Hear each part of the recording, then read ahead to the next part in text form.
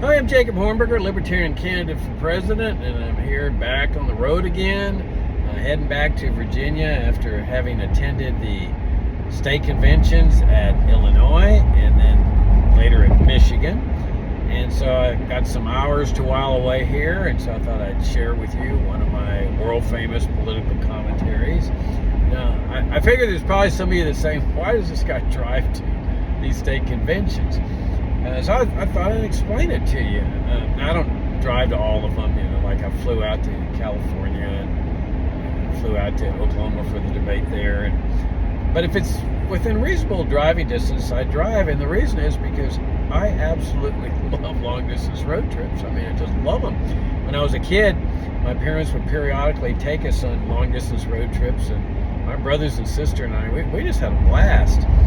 And then when I was in high school, right after my junior year, my best friend and I, Mike, whose father, ironically, was the head of the entire Border Patrol station in Laredo, to give you an idea how far back this immigration control system goes. But Mike and I got in the car after our junior year, and we headed off to about 3 weeks of adventure in California. It was a great long-distance road trip. And then when COVID hit, I started working from home, and I decided to get myself a dog, who has turned out to be more than a dog. She's actually my Princess Cassie, golden retriever. Best little princess I've ever known. And so I obviously couldn't fly anymore with her, and so I've been to Texas to visit family, I don't know, 5, 6, 7 times with her, and been to New Hampshire with her, and Missouri, and I mean, she loves long-distance road trips as much as I do. We just have a blast, get in the hotel room and exploring the room and stuff. It's just a lot of fun. And then, I have audio books, so I get to do some reading through listening. And I've got Sirius XM some 20 years ago or so, whatever, before Sirius merged with XM. They were trying to raise money, so they offered lifetime subscriptions for $500. And I bought it. And so I've had free Sirius XM for years now, and for the rest of my life. It's fantastic. And then I've got Amazon Prime Music, where I can, turn on Willie Nelson and sing On the Road Again. and then you get to see the countryside. I mean, like right now, it's snowing, and it's just kind of nice, even in winter, which I hate, of course. And then you get a lot of thinking done. I just love it. So that's the reason why you get the on-the-road commentaries, and obviously you can't do this on a plane. So this is to me, it's really nice. It's relaxing. I don't drive super fast, and so it's just great. All right, so let me begin with the Illinois convention. Fantastic debate. Everybody was just fantastic. What was interesting is that you could really feel the energy in this audience, and it was a big crowd. But as a speaker, you kind of learn where if you're connecting with people, and my gosh, the energy in this audience, you could feel it. It was just absolutely fascinating. So they were infusing the presidential candidates with this energy, and then it was like coming back. There was a synergy that was forming. I really invite you to watch this thing. It's really, really fascinating. And once again, they didn't charge anybody to participate in the debate, and they didn't exclude anybody. I mean, they took the position we want to hear from all the candidates, and it was just a really nice welcome that we got, and very professionally done. The questions were very well thought out, and they were substantive questions, like where do you stand on this, and where do you stand on this, which I think really is important in this debate. I mean, sometimes the debate moderators ask just inane questions. They say, oh, we're going to have a good time today. We're going to do something different. And they end up asking inane questions that don't really get to the substance of what libertarianism is. And with this debate, you could tell a lot of thought had gone into the questions. So one of the big questions was on immigration. And not surprisingly, this is the burning issue of our time. I mean, and it really defines this race. And so it kind of surprises me when there's debate moderators of some of these debates that never ask about immigration. It's like, what? It's totally befuddling. This is obviously the burning issue, a domestic issue. I mean, obviously there's foreign policy issues, but this is the burning issue domestically. It's on everybody's mind. So, and it's really one of the defining issues in this race for this nomination, because all of my opponents made it very clear that they continue to ardently support this immigration control system. There's one proponent of open borders in this race, and that's me. Now, there's different variations in the race. There's over here those that mimic Trump and DeSantis, Greg Abbott. They want to seal the border. They want to finish that Berlin Wall down there, which obviously involves eminent domain stealing of people's property that has been in their family for generations oftentimes. Government just steals it with eminent domain to build this wall. And then you've got a massive police state down there that comes with this. But let me address exactly what's going on here with this issue of immigration, because when you've got this system that's based on the socialist principle of central planning, you're going to have a system of what Ludwig von Mises called planned chaos. Okay, this is what central planning does. Now, what is central planning? Central planning is a socialist principle. It is, in fact, one of the core principles of socialism. It's where government plans in a top-down, command and control manner the peaceful activities of people. Whether it's the production of milk or selling of bread or selling of automobiles, the government's planning this thing. And as compared to a spontaneous order that like Friedrich Hayek in the Austrian school calls the market economy, a spontaneous order where people are planning their own affairs and they're using the price system to decide which directions they want to go, and where valuations are changing constantly on a daily basis, a momentary basis. The central planner is, as Mises, Ludwig von Mises and Friedrich Hayek and the Austrians pointed out, the central planner cannot factor all this in. By the time he gets information that a farmer in Oregon needs workers fast, it's too late. I mean, he does a survey and then he comes back and he puts in his central plan and then says, oh, well, they need workers out in Oregon. It's like 3 years have gone by, because the central planner cannot do what the farmer in Oregon can do. He raises his prices. He needs workers to harvest his crops. He raises his prices instantaneously up to $50 an hour, plus room and board and transportation. That word spreads immediately. My God, this guy's paying $50 an hour. That's the price system. That's the spontaneous order. So when a central planner interferes with this process, you're going to have what Mises called planned chaos. And that's what we've had on the border. That's your reason for your crisis, your immigration crisis. 80 years minimum of crisis on the border is because of socialism. And so as people start circumventing the plan, because you see what the plan does, it says we're going to have a total number of immigrants. The planner comes up with that figure, totally arbitrary. Okay. And then he says, and we're going to allocate certain numbers to each country. And then we're going to decide the credentials. And usually that means well-to-do people, educated people, and so forth. Certainly not the teeming masses yearning to breathe free, as in Ezra Lazarus' poem on the Statue of Liberty. They don't want those, what would be described as dregs of society, you see, the very poor. So the central planners are going to say, no, we don't want those poor people. We want the well-to-do. And so you end up with this chaos. I mean, you can see what happened to the Soviet Union. The Soviet Union collapsed because of their system of central planning. Well, it's the same with immigration. You end up with this massive chaotic system with perpetual crisis. You got people, conglomerated there at the border. I guess that's not a word. That are just there at the border in large numbers trying to get in. This is the results of central planning. And then you've got a police state that needs to enforce this, which is what some of the proponents want, and among my opponents, that they want to seal the border and so forth, because people are circumventing the plan of the central planner. This always happens. That's why you have a crisis there.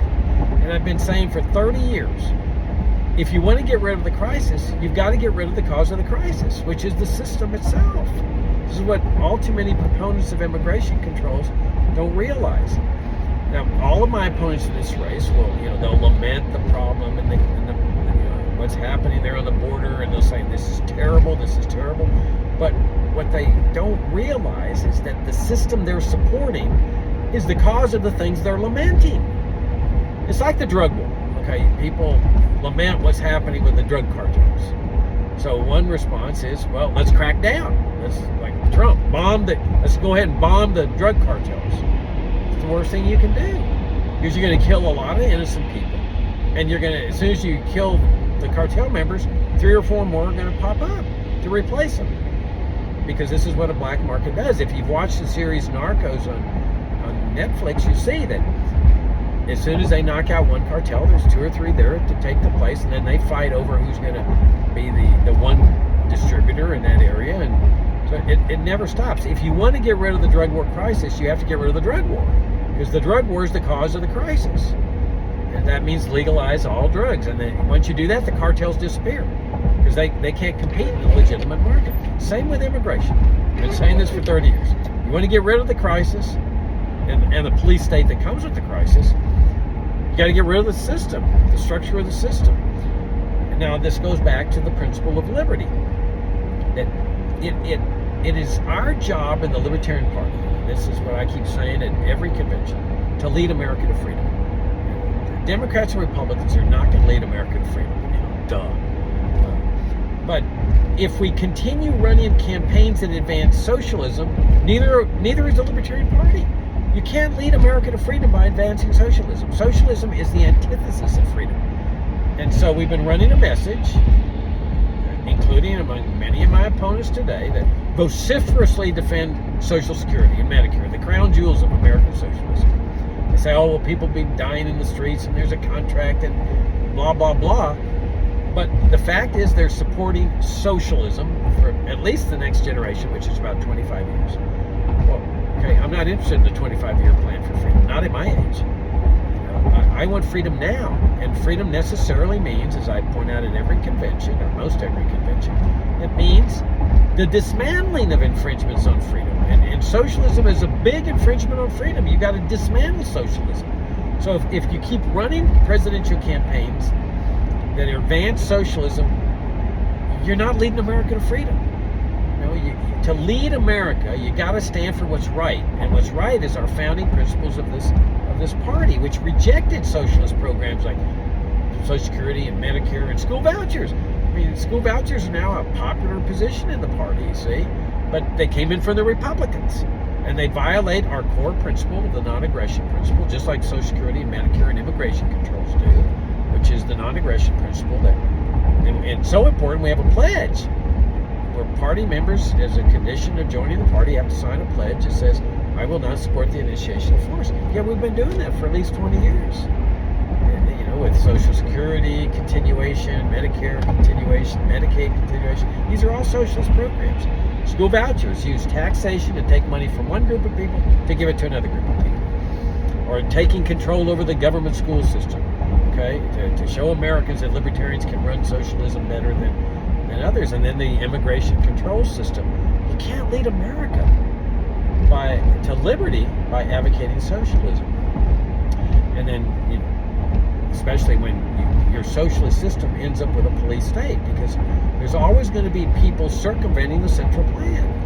And so you get the highway checkpoints, which are inherent to totalitarian regimes. I've been to Cuba. They have highway checkpoints there in Cuba. We all know that's a police state. And then you get all this pileup of making it illegal to hire illegal immigrants. That was supposed to be the cure-all. Well, if there's no jobs, they won't come. Well, how's that worked out for y'all? And then they made it illegal to transport illegal immigrants, and they care for illegal immigrants. I mean, if you see an illegal immigrant on the highway in the American Southwest dying of thirst, he makes it to the highway, he collapses. If you give him water, or you put him in your car to take him to an emergency room, you're looking at a felony conviction. They will go after you for doing that. You have to leave that guy on the side of the road. And where's the morality in this kind of system? It brings death and suffering. And it's all part of the system, but there's always this notion, and I have no doubts that most people that support this system, including my honorable opponents for this nomination, are very well intentioned. That they want to streamline it, they want to make it better, they think it's horrible what's happening. But as long as you continue to advocate the continuation of this program, you're automatically supporting the system that comes with it. The police state. It's like saying, well, Jacob, I favor lightning, but I oppose thunder. Well, obviously, that would be illogical. Thunder comes with lightning, and a police state comes with this. Now, at the other end of the spectrum, though, among my opponents are the ones that say, well, keep the system intact, but make it easier for more immigrants to come in. Okay, but the system itself remains intact, but instead of sealing the border, let most of the people come in. But let is the operative word. Let is not freedom. When a person crosses a border, I just crossed the border into Ohio here on this driveway, along with a lot of other people here that are driving in the same direction. And there was no big red line that says this is the border, but there's a sign that says welcome to Ohio. Well, we didn't initiate force against anybody. We didn't violate rights when we crossed that border.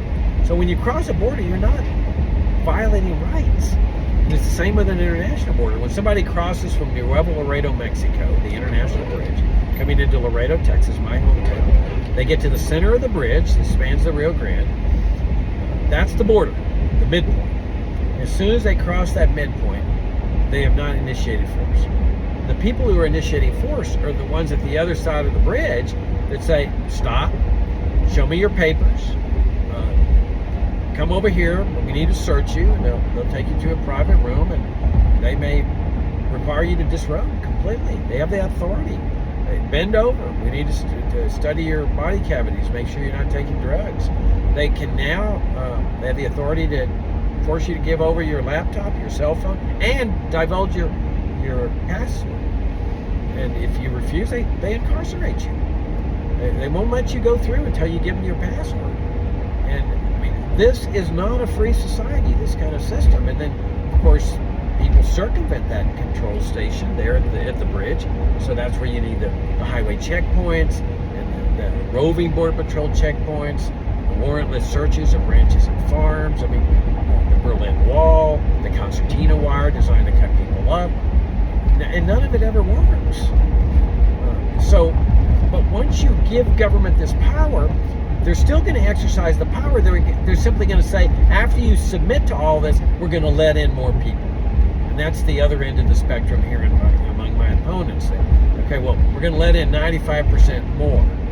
But those 95% still have to go through this intrusive inspection system that involves a direct violation of the libertarian non-aggression principle. So we're out there advocating with our presidential campaigns violations of our own principles. How do you lead with that kind of position?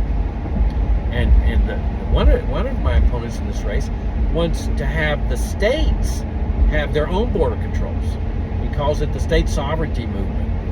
And he wants each state to have the same kind of powers that the U.S. government has on the southern border, to seal the border, to have the same kind of sealing the border powers between the states. In other words, no more open borders between state borders. Every state government will be able to have checkpoints.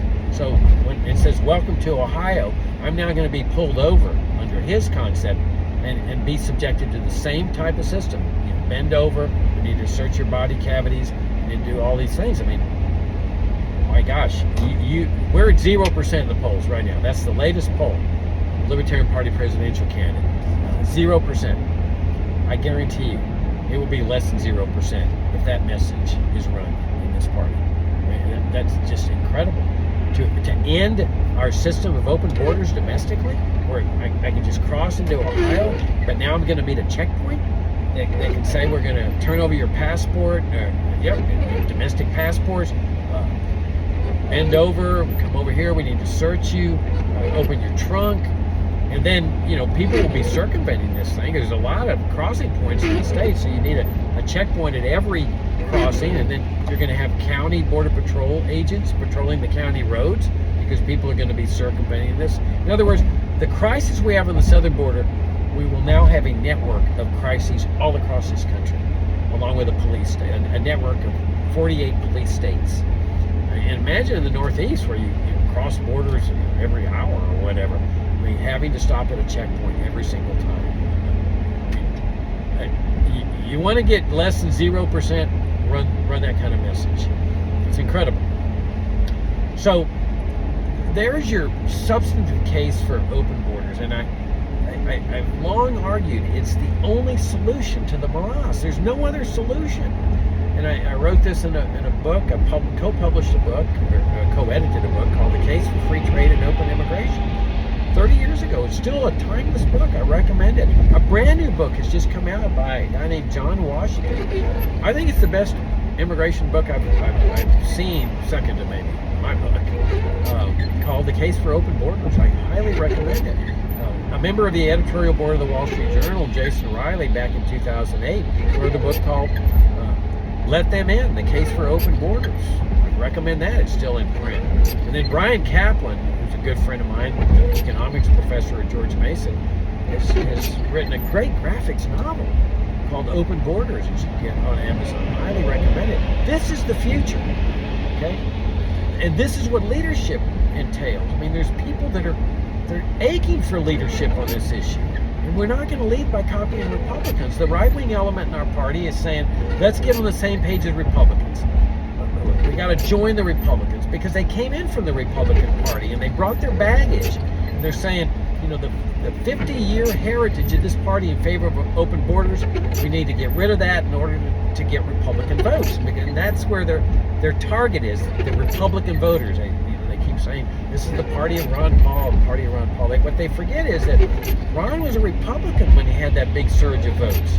And they keep having this fantasy that those voters that voted for Ron are going to come over and vote for the Libertarian Party presidential candidate. It's a fake fantasy. So, you know, let me move now into that political realm, because the real solution to the crisis is the freedom solution. That's where we need to be leading, and that's why I'm saying I believe we need to, if we're going to lead America to freedom, we need a presidential campaign that adheres to libertarian principles, because libertarian principles are our greatest asset. This is what will lead America to freedom. But now there's the political side of this thing. The right-wing proponents of immigration controls, the ones that mimic Trump and DeSantis, Greg Abbott, support the Concertina wire and the Berlin Wall and so forth, they say, well, this is a big vote getter. Really? I mean, we've been running this message for at least 20 years now of immigration reform, keep the system, reform the system, streamline it, make it better. Where are the votes? I mean, 3 years ago, we get 1.1%, and we've run candidates, including candidates that are among my opponents here for Congress, 2% and 1% with this immigration reform message. Same message that they're running on today. And now the latest public opinion poll shows us at 0% for the presidential race. Because people are assuming that we're going to run the same message that we've run for 20 years. Now, there's people in the party, including some of my opponents, say, oh no, Jacob, it's just they don't know what our message is. We got to get our message out. We got to just spend more money to get our message out. It's ridiculous. We've been running the same message for at least 20 years. How can people not know what we stand for? In fact, the press even describes the Libertarian Party as a right-wing political party. And they're right. It is a right-wing political party. That's what it's become. But it's not supposed to be a right-wing political party. It's supposed to be a libertarian political party. But part of that right-wing image is this system of immigration controls, which clearly, I mean, it's both Democrats and Republicans that favor it, but it's clearly a right-wing position when you look at Trump and DeSantis and Abbott and so forth. So the argument of the right-wingers in our party is, look, this is a big vote getter because most Americans favor immigration controls. But they don't think through the issue. They don't analyze that, you know, first of all, why are we at 0% in the polls then if it's such a big vote getter? And the reason is because it's not a vote getter. Not for a Libertarian Party presidential candidate. It is for a Republican presidential candidate. But not for a Libertarian Party presidential candidate. And the fallacy of their thinking is that because something's successful in the Republican Party, it's going to be successful in the Libertarian Party. That's the fallacy. Now, what what we've got here is every right-wing proponent of immigration controls is going to vote for Donald Trump. Without exception. 0 are going to vote for the LP presidential candidate that's calling for immigration controls. 0. Now, why is that? Well, Trump's going to be saying, look, they're going to steal the vote from me again. They're going to steal the vote. You need to flood the ballot box with votes for me. Why would any right-wing proponent of immigration controls vote for a Libertarian Party presidential candidate? It would be a total wasted vote. You know, we talk about the wasted vote syndrome, but it really is a wasted vote. Because the LP presidential candidate who's advocating immigration controls is never going to win the presidency. And Trump's vote's going to be close. At least that's what he's going to be saying. So 0 votes for the Libertarian Party presidential candidate who advocates immigration controls. 0. Without exception. Why would they vote for the LP presidential candidate? Why would they waste their vote when they got the real enchilada when it comes to immigration controls, and that's Donald Trump? So it's an albatross. It's a liability. If you want votes, there's only one way to do that, at least on this issue of immigration, and that's open borders. Because you see, these are my voters. There's people all along the border. I've lived more than 30 years on the border. I know people who's there that hate the border patrol, hate it, and they're horrified by the concertina wire. Not all of them, but there's pockets of people all along the border that really hate the system, this Berlin Wall, it's horrific. I mean, even what's not just done to human beings, but what's done to wildlife is horrific down there. So, and there's people horrified by this, and also there's pockets of people around the United States that are horrified. People in churches, faith-filled people in churches know that there's a problem here. Because this is contrary to Christian principles of thou shalt love thy neighbor as thyself. When people are dying in the backs of 18-wheelers and suffocation and dying of thirst in the deserts or drowning in the Rio Grande, there's something wrong here. But they don't know that there's an alternative. But if they hear the competent case, the religious case, the moral case, the ethical case, the economic case for open borders, they will leave at it. They will leave. And then you start a wildfire going along the border in these pockets of people and around the United States. And once you get a wildfire going, it's out of control. They can't control it. They put it out here, it's over here. And that's our opportunity here in this party to start this kind of wildfire right here on the issue of immigration by leading America out of this immigration morass. This is why I keep saying that we don't have to settle for 1% or 0%. You start a wildfire, and now you're talking about vaulting into the polls in a much bigger way on this issue. This is our opportunity. LP members keep saying, oh, we have a great opportunity because people hate Biden and Trump. Nonsense. That's already been reflected in the polls, the 0% polls. People are saying, we don't care how much we hate Biden and Trump. We're still not going to vote for your message. Because there's no constituency out there to vote for this. As an LP candidate, there is for a Republican candidate. But all of a sudden, open borders, that's our opportunity. This is the burning domestic issue of our time. By leading America to open borders, now we're talking about some real putting freedom into play here. Because now you start this wildfire and they can't put it out. So this is an asset. Those are my voters. All the people along the border and around the United States that are looking for leadership, they're looking for a viable alternative. That viable alternative is open borders. Those are my voters. That my opponents, if y'all make them the nominee, they can't get these votes because they're proponents of immigration controls in one form or another. All right, so that's what went on at the Illinois convention. I mean, the big issue there was immigration controls. There's a lot of other issues, and I invite you to watch it because obviously that wasn't the only question, but that was really the defining issue, I think, in the debate, is that difference between all of my opponents, all of them, favor the system. And there's one person on that stage that says, no, we got to move this party in a totally different direction. Not only on immigration, but Social Security, Medicare, welfare statism, socialism. We've got to reject socialism in all of its manifestations in order to lead America to freedom. I'm Jacob Hornberger, Libertarian candidate for president, and my campaign website is jacobforliberty.com.